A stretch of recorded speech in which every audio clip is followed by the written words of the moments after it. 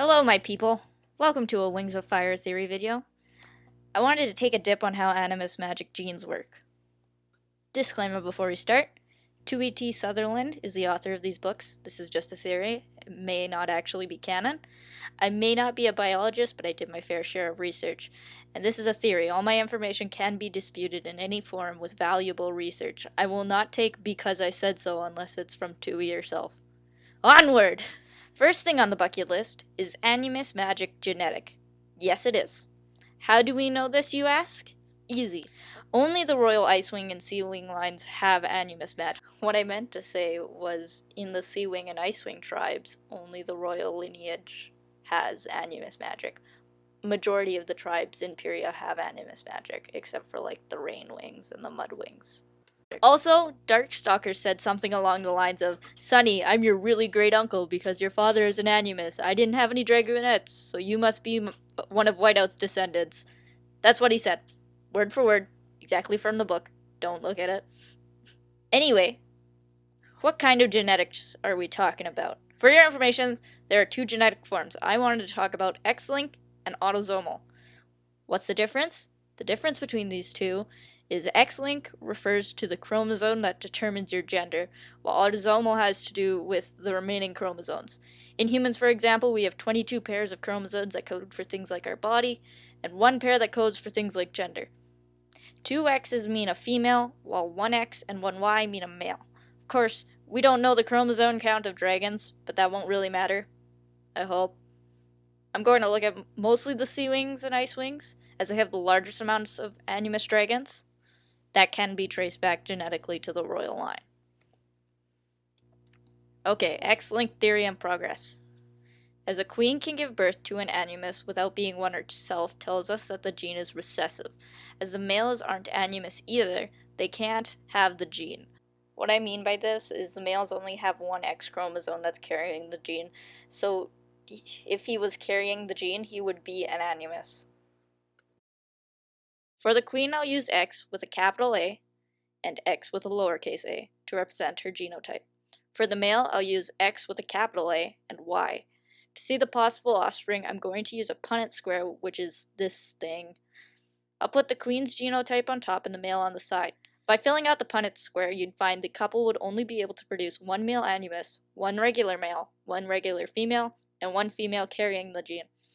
This would make sense for a few Animus, like Fathom being an Animus, while Pearl was not, but still was able to keep the gene in the royal line. I forgot to mention they are siblings, and Pearl ascends the throne. Anemone was given her Animus magic by Turtle, her brother. I forgot to mention that Anemone wasn't born an Animus.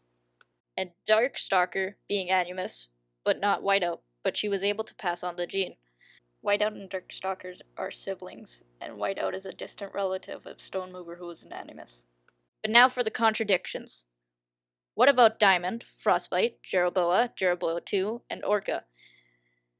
These are all female Animus, which should not have been possible. Simple answer, unless all these Animus got their magic from someone else, the X-link theory is wrong.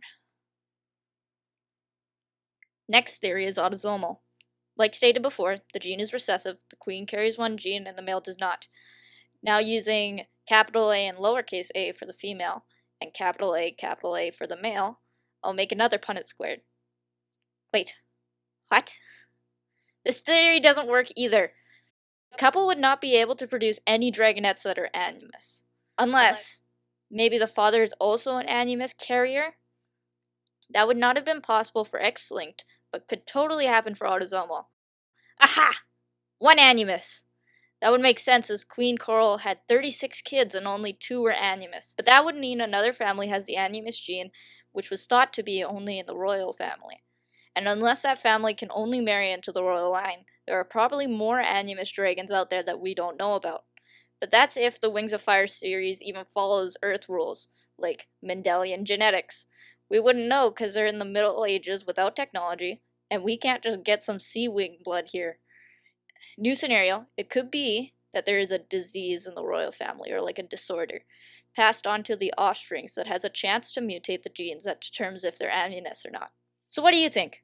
Is Wings of Fire just a fictitious book I'm reading too much into, or could I be onto something? Let me know. But that's all for today. See y'all later.